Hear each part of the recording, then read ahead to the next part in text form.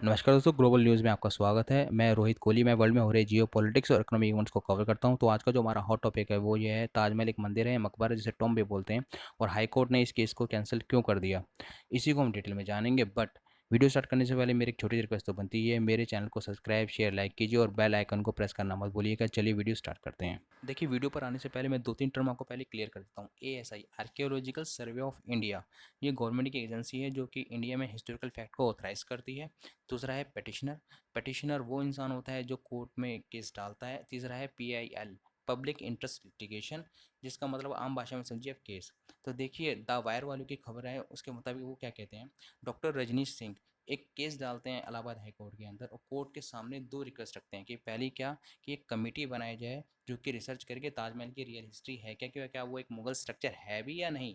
और दूसरी जो रिक्वेस्ट करते हैं वो कोर्ट को ये कहते हैं कि कोर्ट इंस्ट्रक्शन दे ASI को, आर्कियोलॉजिकल सर्वे ऑफ इंडिया को, कि ताजमहल में जो इतने सालों से 22 कमरे जो बंद हैं उनको खोला जाए। तो दोनों ही प्रॉब्लम को हम एक एक करके डायसेक्ट करेंगे। देखिए, कोर्ट पहली रिक्वेस्ट पे क्या कहती है। कोर्ट ये कहती है कि किसी भी सब्जेक्ट पर रिसर्च करके हिस्ट्री बताना वो हिस्टोरियंस का काम है, इतिहासकारों का काम है, कोर्ट का काम नहीं है। ठीक है, इसलिए आप इसे इतिहासकारों पे ही छोड़ दीजिए। और इस तरह के मैटर जुडिशरी के अंदर कवर नहीं होते हैं। इसलिए रही बात आपकी कमेटी बनाने की, इस पर हम कोई डिसीजन नहीं दे सकते। कोर्ट ने इस रिक्वेस्ट को इमिडिएटली ही कैंसिल कर दिया। और देखिए, सेकंड रिक्वेस्ट पे कोर्ट ने जो कहा है ना, जब मैं आपको बताऊंगा, मैं बता रहा हूँ, आपको हंसी आ जाएगी। लेकिन उससे पहले ये जान लेते हैं कि पेटिशनर ने जब उसकी पहली रिक्वेस्ट कैंसिल हो गई तो इस सिचुएशन को उसने थोड़ी ट्रिकी करने की कोशिश की थी। तो कोर्ट के सामने उसने क्या क्या बोला था वो मैं आपको पहले बताता हूँ। वो कोर्ट के सामने ये बोलता है कि हमें आज तक जो ताजमहल की जो हिस्ट्री बताई गई है वो सब झूठी है, ये कोई मुमताज़ का टॉम नहीं है, ये बेसिकली एक शिवजी का टेम्पल है, और बहुत सारे ग्रुप्स इसको मानते भी हैं, और इसे तेजो महाले कहा जाता है।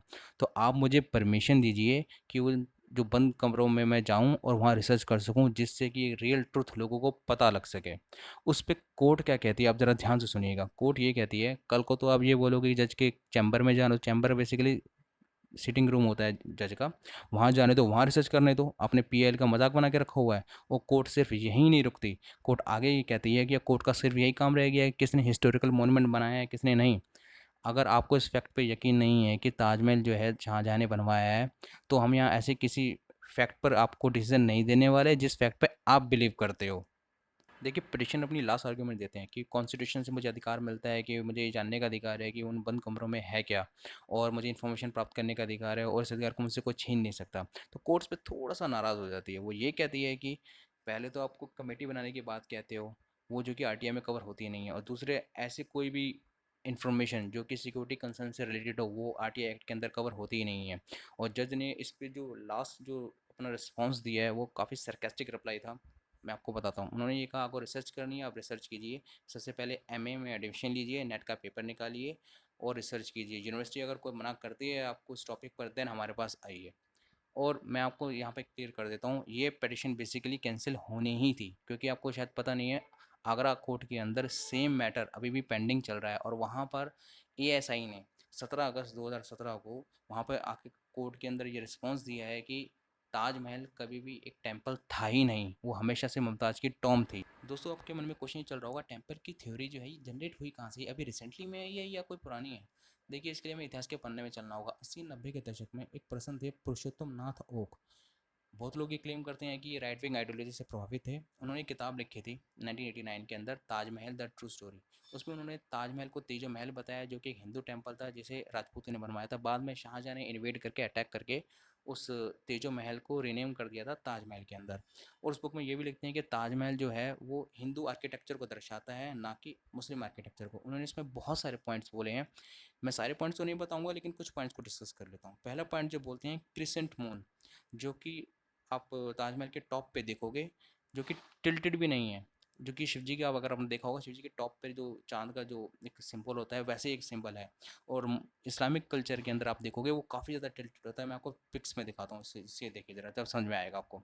और साथ में वो 2-3 पॉइंट और कहते हैं कि कलश आपको इसमें नज़र आएगा टॉप पर, और आम की पत्तियाँ और कोकोनट भी आपको इसमें नज़र आएगा। ये सब जो रिकॉग्निशन है हिंदू कल्चर में बहुत ज़्यादा शो करते हैं। जबकि वो इसमें ये भी लिखते हैं कि फ्लावर्स और एनिमल्स तो इस्लामिक कल्चर में तो बैन है। देखिए, अब इसी को काउंटर करने के लिए बहुत सारे आर्किटेक्चर ये क्लेम करते हैं कि जो कल्चर जो है वो एक दूसरे से काफ़ी ज़्यादा इन्फ्लुएंस होता है, और ये हमें आर्किटेक्चर में भी नज़र आता है। अगर आप देखेंगे तो हिंदू कल्चर का जो है स्वास्तिक निशान है, वो एडोल्फ हिटलर जो जर्मनी जो है नाज़ी जो है वो भी इस्तेमाल करते हैं, लेकिन वो स्वास्तिक नहीं है, बट वो रिजेम्बलेंस ऐसी लगती है। और बहुत सारे जो वेस्टर्न कंट्रीज़ में वो उस नाज़ी सिंबल को हिंदू स्वास्तिक ही समझ लेते हैं। खैर, अगर आप कोर्ट के अंदर ये ऑलरेडी मैटर पेंडिंग में है, जैसे इस पे कोई अपडेट होगी मैं वीडियो बना दूंगा। और तब तक के लिए आप खुश रहें, आबाद रहें। जय हिंद।